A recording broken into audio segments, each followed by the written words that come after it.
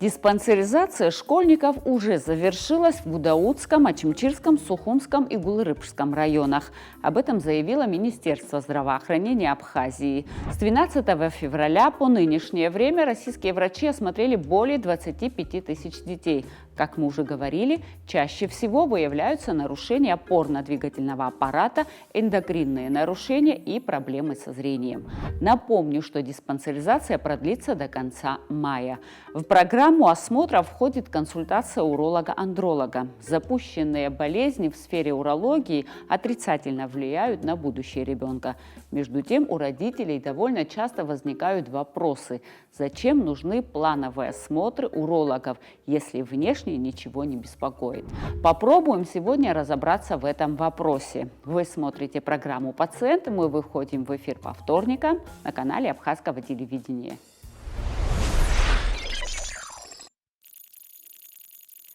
С какого возраста нужно водить мальчиков к урологу? Какие анализы необходимо сдавать? Какие могут быть последствия в будущем, если вовремя не лечить заболевание? Эти и другие вопросы мы будем обсуждать сегодня. И отвечать на наши вопросы будет врач-уролог, андролог, детский хирург Сергей Смолин. Сергей Евгеньевич, здравствуйте. Здравствуйте, очень приятно. Спасибо, что позвали. Начнем мы нашу беседу, наверное, с диспансеризации. Вы осматриваете наших детей. Хотелось бы, чтобы вы поделились своими впечатлениями, как проходит диспансеризация, насколько активны наши родители. Диспансеризация на моей памяти и на моем опыте, конечно, это, наверное, самая мощная, которую я застал. И по той информации, которая у меня есть, в Абхазии много лет не было ничего подобного. Для детей, конечно же, это несколько удивительно и не совсем понятно, но они относятся лояльно и с интересом. Родители, соответственно, настраивают детей по мере возможности на то, чтобы они не стеснялись докторов, приходили на осмотр, ведь специалистов много разных, есть некие, скажем так, деликатные темы, которые нужно обсудить и донести детям, что это касается их здоровья, и этот интерес, он направлен на то, чтобы сделать популяцию детей, с которыми мы встречаемся, более здоровой. Хотелось бы начать вообще с специальность детская урология, андрология. Я знаю, что уролог занимается и женщинами, и мужчинами, а андролог только мужчинами. Так ли это или есть еще какое-то отличие? Да, действительно, корни этой специальности так и расшифровываются, в смысловой задаче, да, если можно так говорить. Детский уролог-андролог – это специальность, которая вышла из детской хирургии, потому что накопился в одно время очень большой пул знаний, хирургических методик. Все это было за счет того, что огромное количество патологий лежит в этой области, и специальность касается действительно и мальчиков, и девочек от 0 до 18 лет. Но андрология – это, естественно, наука еще и о мужском здоровье. И детский уролог-андролог, он занимается и мочевыделительным трактом, так это называется, все, что касается от почек и до покидания организма. Ну и, собственно говоря, то, что мы называем генитальный аспект, генитальная хирургия, детская урология, андрология – это одна из самых оперирующих, можно так сказать, специальностей в детской хирургии. Не хочу обидеть или выделить эту специальность как-то отдельно, обидеть коллег по другим стезям, но действительно статистика говорит о том, что детские урологи, андрологи – одни из самых оперирующих. Вот такая вот необычная и, на мой взгляд, интересная специальность. Какие наиболее частые поводы для обращения к детскому урологу-андрологу? Какие заболевания мочеполовой системы существуют у детей и какой график посещения специалиста существует? На самом деле, если говорить полнообъемно, то здесь целый ряд заболеваний. Я не буду их перечислять, потому что ни наши зрители не поймут, наверное, и не очень будет это интересно слушать. Я бы хотел разделить, скажем так, по кластерам. Да? Есть врожденная патология мочевыделительного тракта, это врожденные пороки мочевых путей, почки, мочеточник, пороки мочевого пузыря, мочеспускательного канала. Это, скажем так, один пул заболеваний. И их врожденность уже говорит о том, что они выявляются на этапе даже до рождения. Антенатальный скрининг для этого существует ультразвуковой. Есть другая составляющая, это генитальная хирургия. Касается она в основном мальчиков преимущественно. Также есть заболевания не хирургические, но детские урологи и андрологи тоже этим занимаются. Это функциональные нарушения мочеиспускания, как у мальчиков, так и у девочек. Это патология количества, положения почек, которые не требуют хирургии, но иной раз требуют некого прояснения и трактовки тех аспектов, с которыми ребенок столкнулся. Ну, например, у ребенка может быть единственная почка. Плохо ли это, хорошо, разберется детский уролог. Есть ли заболевания и состояния в организме, которые не замечает пациент и не испытывает жалоб, но болезнь прогрессирует? Как это может повлиять на здоровье ребенка? Да, здесь стоит говорить о врожденных пороках мочевого тракта. Это гидронефроз, мегауртер, такие термины сложные на слух. Если упрощенно говорить, то в мочевом тракте существуют некие сужения, и это нарушает отток мочи. Ну, многие взрослые, наверное, знают, что есть такая патология мочекаменная болезнь. К сожалению, у детей она тоже есть, и эта болезнь молодеет на сегодняшний день. Это требует зачастую хирургии. Но в отличие от мочекаменной болезни, когда почка резко получает блокирование оттока мочи, при врожденных пороках почка не чувствует этого, потому что она развивается внутриутробно и рождается организм с таким состоянием. Это, к сожалению, потихонечку снижает функцию почек. Если порок двухсторонний, а такое может быть, то есть вероятность, что почечная функция в организме угаснет. Пациента ничего не беспокоит, и коварство этих пороков заключается в том, что текут они бессимптомно до момента, пока не случается либо какой-то инфекционный аспект, обострение инфекции мочевых путей, и тогда уже путем определенных обследований выявляются нарушения. Или это уже снижение почечной функции, но, слава богу, так редко бывает, что это не коррегируется, это не выявляется вовремя, и у пациента уже страдает почечная функция. Но если таковое случается, то это, конечно же, трагичная ситуация, и иногда это требует потом какого-то альтернативного способа, вплоть до пересадки почек у некоторых пациентов. В продолжении темы почек, чтобы выявить врожденную патологию почек, какие методы диагностики существуют в медицине и какова их доступность? Да, я уже сказал, что существует ультразвуковая диагностика. Это доступный способ, который позволяет у ребенка любого возраста выявить те или иные нарушения. Проявляются они по аналогии с рекой. Да? Если есть река и построить на ней водохранилище, за пруду будет расширение какой-то части реки. Вот в организме, в мочевом тракте также устроено. Если существует сужение, значит выше этого сужения будет расширение. На ультразвуке это легко увидеть, и совместно с урологом врач ультразвуковой диагностики интерпретирует тяжесть поражения косвенно. Да? Это, естественно, такой скрининговый, простой способ, который может позволить выявить. А еще какие методы? Общий анализ мочи, очень банальный способ, совершенно нетрудный для того, чтобы выявить, например, инфекцию мочевых путей. У меня вот такой вопрос. Каким видом спорта нельзя заниматься, если у ребенка проблемы с почками? В зависимости от того, наверное, какая проблема и требует ли это усиленную нагрузку. Если мы говорим о врожденном пороке, если он двухсторонний, то любая, конечно же, нагрузка физическая дополнительно заставляет и почкам усиливать диурез, то есть выделение мочи. Иногда для почки это является трудоемким процессом, то есть я бы ответил на этот вопрос, наверное, так. Нужно индивидуально смотреть на ситуацию, но в подавляющем большинстве случаев, к счастью, никакой спорт пожизненно не противопоказан ребенку. Если он коррегирован, если он здоров, то дети могут заниматься, как правило, практически любым видом спорта. Что бы вы могли посоветовать родителям для поддержания здоровья почек у детей? Достаточно банальная рекомендация, она может быть выполнена прямо сейчас, пока нас слушают и смотрят. Подумайте о питьевом режиме, о том, что ребенок пьет, какое количество жидкости потребляет, и, как это ни странно, часто ли, достаточно ли часто ребенок опорожняет мочевой пузырь. Все современные напитки, мы называем их в простонародье, простите, вкусняшки, они, конечно же, очень привлекательны для детей, но иногда играют злую шутку с их здоровьем. Если говорить о питьевом режиме, то его можно посчитать.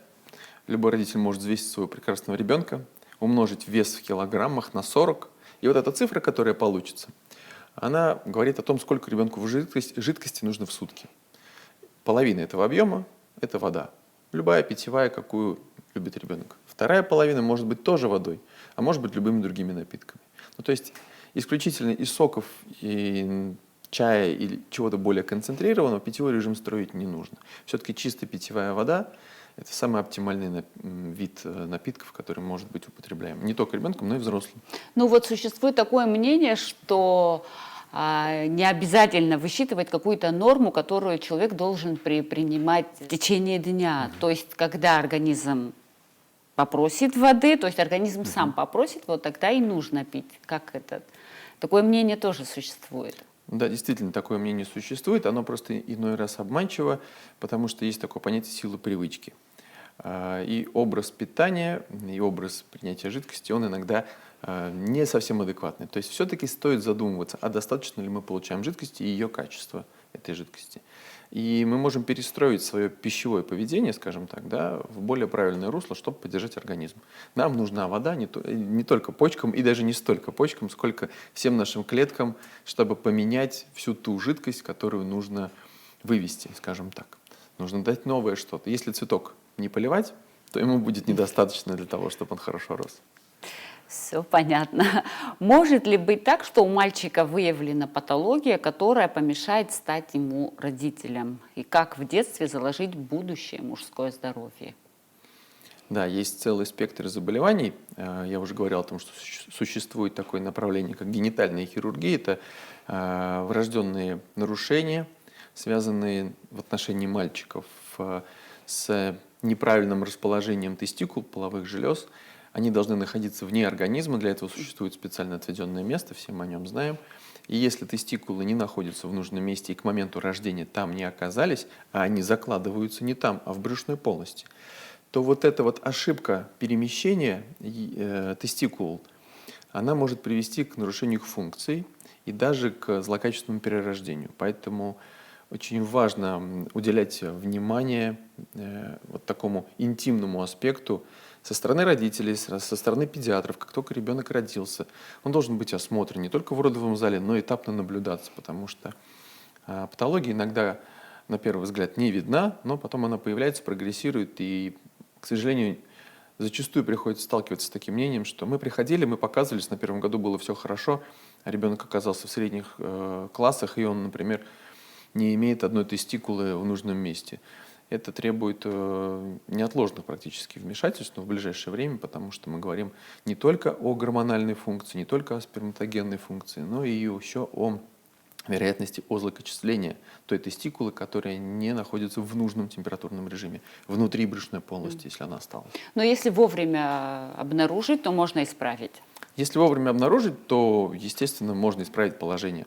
Мы не можем поменять клеточный состав, но мы можем поменять анатомию, и мы этим занимаемся. Как переносятся операции в области гениталии детьми и каков оптимальный возраст для проведения оперативного лечения? В области гениталии операций бывает множество. Если, например, говорить о том, что мы сейчас упоминали, этот диагноз звучит крипторхизм, по-гречески криптос, скрытая, орхис, яичко. Этот диагноз ставится при рождении, и до полугода еще иногда можно понаблюдать. Начиная с полугода уже ребенку должна быть проведена коррекция. Есть целый ряд других заболеваний, которые появляются в подростковом возрасте, в 13, 14, 15 лет. Напомним, что наблюдаем детей до 18 лет. Поэтому, например, такое заболевание, как варикозное расширение вен у тестикулы, а это бывает у подростков, им проявляется заболевание у подростков, оно требует вмешательства в определенных аспектах только уже в подростковом возрасте. Отвечая на ваш вопрос, как переносится, как правило, легко. Все то, о чем вот мы сейчас говорили в области гениталий, за исключением некоторых болезней, которые еще пока не коснулись в нашей беседе, переносятся эти операции хорошо. Это так называемая fast-track хирургия, то есть хирургия одного дня. Ребенок поступает обследованный, с понятной ситуацией, он получает общее обезболивание, ничего не чувствует, от этого комфортно, то есть пациент не должен присутствовать ни на какой операции. И спустя несколько часов, через 6 часов, в общем и целом, чаще пациента можно выписать домой. Переносится хорошо, реабилитация элементарна, и причем чем младше ребенок, тем вмешательство для него менее заметным становится. Очень часто дети испытывают стеснение при посещении общественного туалета или туалета в школе, или в других местах, и долго терпят, и не посещают туалетную комнату. Насколько это опасно для ребенка и к чему это может привести? Да, действительно, это так. Это выявляется в рамках профилактических осмотров не только в Абхазии и в России, когда мы работаем очень часто. Такая поведенческая реакция перестраивает самочувствие ребенка, но если говорить сенсорику, то есть ребенок не хочет осуществлять эту физиологическую потребность, просто перестраивает свой организм. Это вредит тем, что нарушается функция такого важного органа, как мочевой пузырь. Казалось бы, у него очень простой функционал — накапливать и опорожнять. Но если чрезмерно накапливать, эта мышца не может эффективно опорожнять. Она начинает часть мочи в себе оставлять. И я вернусь опять к аналогии с водоемами, если позволите. Ну, Да, представьте, да, конечно. что мы построили водохранилище, и возникла запруда, где движение жидкости замедляется, вероятность инфекции увеличивается. Поэтому пациенты, дети, даже взрослые, которые редко осуществляют поход в туалетную комнату, они более угрожаемы по развитию инфекций мочевых путей, но еще и угрожаемы по развитию функциональных проблем с мочеиспусканием. Если у ребенка была какая-либо операция, то как долго нужно наблюдаться после благополучного операционного периода и почему? Очень хороший вопрос. Зачастую, когда операция закончилась, и первые результаты, которые хирург озвучивает, очень благостные, хорошие, пациенты забывают о том, что нужно было этапно наблюдаться. Хирурги, как правило, рекомендуют проводить все равно осмотр хотя бы раз в год для того, чтобы удостовериться, что пока организм растет, пока меняются какие-то антропометрические параметры, пока функциональность и зависимость от объема задач, скажем так, да, меняется, нужно этапно пациента наблюдать. То есть бывают осложнения вторичные через несколько лет, и если пациент не оказывается под наблюдением врачей, которые оперируют или оперируют в данный момент, или оперировали именно его, то есть вероятность того, что пациент получает некое осложнение, которое потом уже требует или повторного вмешательства, или вообще совершенно иных хирургических пособий, в том числе органоуносящие. И это касается врожденных пороков развития. То есть мы скоррегировали порок, восстановили анатомию, по мочевому тракту движется моча эффективно, и пациенты говорят: о, все хорошо, на УЗИ все замечательно. Доктор говорит: да, инфекции нет, но не забывайте, что раз в год нужно точно делать УЗИ. А иногда и чаще, говорит доктор. Этапность наблюдения, она вариабельна. Но пациенты забывают, приходят через несколько лет, а там случилась какая-то история. То есть может развиться спайка, какая-то структурка сформироваться вторично. Как только это начинается, лучше сразу это выявить и устранить. Сергей Евгеньевич, рассказали, что анализ мочи может показать, есть ли у ребенка проблемы по линии урологии. Что делать, если у ребенка по анализу мочи, в моче обнаружены изменения? Это всегда плохой симптом? Как правило, выраженные изменения в моче не являются дефектными, но иногда, так бывает, тем более у детей более младшего возраста, в силу особенностей строения их, что мы получаем ложные результаты. Родители приходят на прием с ребенком, сдали рутинно общий анализ мочи, он своеобразно изменен, есть какие-то изменения, которые не укладываются в норму, но ребенка при этом ничего не беспокоит. В таких случаях мы говорим о том, что не коррелирует, не совпадает результат анализа и симптоматика и клинические проявления. И требуем пересдать анализ, даем определенные рекомендации, как это правильно сделать, чтобы не было дефекта сбора.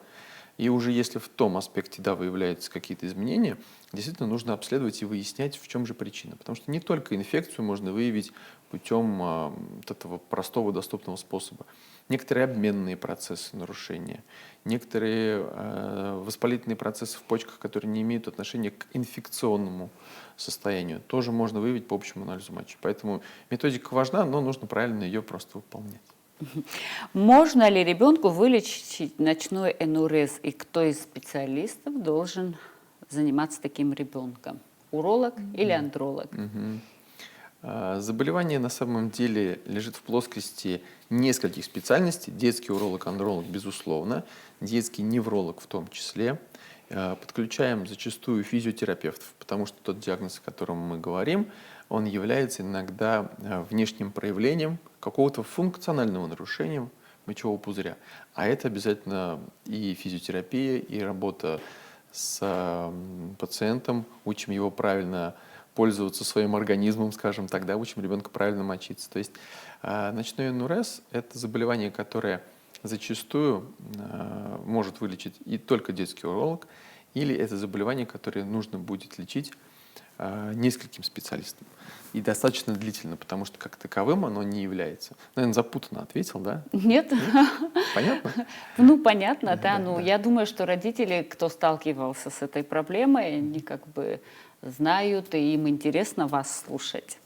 Хорошо. И я буду, если понятен, то скажу, что до 5 лет по мировым стандартам считается, что непроизвольное мочеиспускание во сне не является патологией. Но мы все знаем, что качество жизни обычно страдает. И подавляющее большинство детей к этому возрасту уже не имеют таких аспектов. Да? В более раннем возрасте это не является патологией, потому что организм учится в буквальном смысле этапу накопления и опорожнения. Но вот где-то лет с 4-5, если эта проблема не уходит на нет, а мокрые ночи продолжаются ночно, ежедневно, скажем так, да, то это точно тот сигнал, который говорит о том, что нужно обратиться в первую очередь к детскому урологу. Вопрос задает обеспокоенная родительница. Что такое грыжа передней брюшной стенки? Если пациента не беспокоит ее наличие, обязательно ли нужно оперировать? Грыжа передней брюшной стенки, их бывает несколько. У детей, как правило, это пупочная и паховая. Она бывает и у мальчиков, и у девочек. И действительно родители говорят, а зачем оперировать, если ребенка не беспокоит? Чем это опасно? Как любая грыжа, она может из состояния не беспокоящей перейти в очень острое состояние, называется ущемление. Грыжа – это дефект в передней брюшной стенке, который прикрыт кожей. Мы видим какое-то мягкое эластическое выбухание, оно чувствуется, пальпируется, и это содержимое из живота вправляется легко. Но в какой-то момент оно может ущемиться мышцами, которые находятся на передней брюшной стенке. И это уже достаточно серьезная угроза, потому что любое защемление может привести к некрозу, то, что было зажато. А, как правило, это петля кишки. И здесь нужно говорить о том, что бывает такое состояние, как перитонит, то есть когда в брюшную полость вытекает содержимое из кишечника. А это жизнеугрожающее состояние. Поэтому грыжи действительно подлежат лечению по факту их выявления, но в плановом порядке. После выявления на профилактическом осмотре какой-либо хирургической патологии, какие действия со стороны родителей должны быть проведены?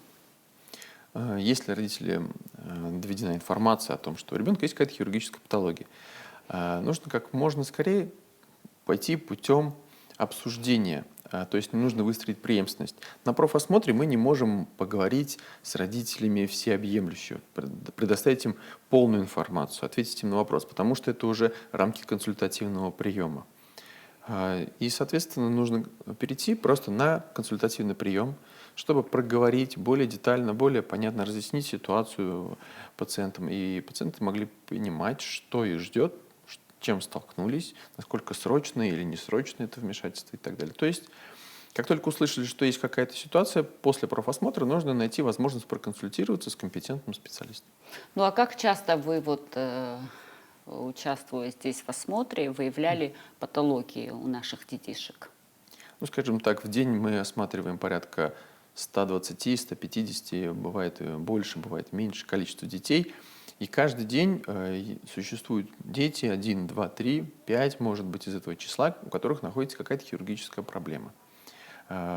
Поэтому здесь, наверное, сложно судить, и статистические данные мы пока еще полностью представить не можем, потому что проект не закончен. Но совершенно точно понятно, что есть определенный уже пул пациентов, и им потребуется хирургическая коррекция, хирургическое лечение. На этапе профосмотра мы просто не имеем обратной связи. Некоторые родители, узнав о ситуации, уже отправляются куда-то для того, чтобы решить эту проблему. И это очень хорошо, что они не затягивают. А некоторые родители, мне кажется, просто оставляют на потом, да, чтобы подумать или даже немножечко позабыть о чем-либо. К сожалению, такое бывает. У меня такой последний вопрос будет завершающий. Как современное питание и образ жизни детей влияют на урологическое здоровье детей? Дайте, пожалуйста, какие-то рекомендации родителям, как надолго сохранить урологическое здоровье детей. Безусловно, мы уже начинали говорить о том, что существуют современные продукты, которые детям очень нравятся. Это и напитки, и сладости, все то, что богато консервантами, красителями, эмульгаторами и прочими ненатуральными составляющими. Все это влияет не только на желудочно-кишечный тракт, я думаю, сейчас гастроэнтерологи порадуются, что я об этом сказал, но, естественно, повлияют на состав мочи, потому что это жидкость, которая выводит из организма все то, что не нужно. А вот во всех современных продуктах, напитках с красителями содержится настолько много веществ и реагентов, которые почки будут вынуждены выводить. И мы все знаем, что в жидкости растворены какие-либо вещества. Такая конгломерация сложных веществ иногда приводит к образованию неких даже слепков солей, которые могут формировать будущий камень, например, в мочевом тракте, которые могут повлиять на слизистую мочевого пузыря, изменить проницаемость для микробной флоры, вызвать основы для того, чтобы был воспалительный процесс в мочевых путях. И это все в совокупности влияет и на распространенность инфекции, на развитие мочекаменной болезни у детей. Поэтому современное питание, современные напитки достаточно серьезно несут в себе угрозу. Важно, по-моему, подменять потихонечку то, что дети любят, на что-то альтернативное. Я не сторонник ортодоксально запретить, потому что эта рекомендация не работает, маловыполнима. Да? То есть запретить не получится, но даже если получится, ребенок все равно найдет какой-то способ. Но лучше плавно менять. Если уж приходится менять привычки, то нужно их делать плавно, но постепенно двигаться вот в этом направлении. Правильное питание, правильные напитки, кратность мочеиспусканий, естественно, занятия спортом, потому что все это в совокупности укрепляет человеческий организм. И своевременное прохождение профилактических осмотров. Да, безусловно, врачей бояться не стоит, мы никого не кусаем, мы стараемся всегда помочь. Профосмотры — это то, что должно быть, потому что благодаря этому можно узнать много нового, что таит в себе детский организм, и помочь ему стать более здоровым, будущим хорошим папой в отношении мальчиков. Да? Ну и, конечно, в отношении девочек это тоже важно, ведь не только детские урологи приехали сюда, у нас огромное количество специалистов из Москвы, из Минздрава здоровья детей, та структура, которая собрала здесь этих специалистов, это и кардиолог, и травматолог-ортопед, и офтальмолог, невролог, лор-врач, педиатры. Есть такие неоперирующие специальности, но очень востребованные, как невролог или психиатр, функциональная диагностика. Все это в совокупности хорошо работает и помогает быстро, комплексно и достаточно качественно не только каждого ребенка осмотреть, но еще и большое количество детей в определенные сроки. Сергей Евгеньевич, я благодарю вас за беседу. Я думаю, что наша беседа будет очень полезной и интересной телезрителям и в первую очередь родителям. Спасибо за то, что нашли время и пришли к нам в студию. Спасибо большое. Спасибо большое. Был рад сегодня здесь присутствовать, рассказать о нас, поделиться той информацией, которая, безусловно, должна быть полезна. Я надеюсь, что был интересен, понятен, где-то местами краток, а где-то местами очень ярко освещал проблемы. Дай Бог, чтобы все были здоровы, и вам желаю процветания и здравствовать. Спасибо большое. Спасибо. В Республике Абхазия в 2025 году стартовал уникальный проект. С февраля по июнь, благодаря поддержке Российской Федерации, более 25 тысяч детей и подростков из Абхазии смогут пройти комплексную диспансеризацию. Во всех районах республики осмотры проведут детские врачи самого высокого уровня. Проект координируют и поддерживают Минздрав России и Абхазии, Национальный медицинский исследовательский центр здоровья детей, Народный фронт и Фонд президентских грантов. Бригады медработников из Московской, Воронежской и Саратовской областей, а также из Москвы, Республики Адыгея и Ставропольского края приедут к детям. В состав каждой бригады входят абхазские врачи и медсестры. За каждой медицинской бригадой закреплен российский мобильный комплекс со всем необходимым оборудованием. Развитие мочеполовой системы у мальчиков и подростков – тема деликатная, и не каждый родитель знает, как подойти к ее обсуждению. При этом цена излишней щепетильности или невнимательности очень высока. У таких патологий возможны серьезные последствия, которые могут привести к бесплодию. Поэтому так важно вовремя показывать ребенка специалисту. На этом я прощаюсь с вами, будьте здоровы и до новых встреч!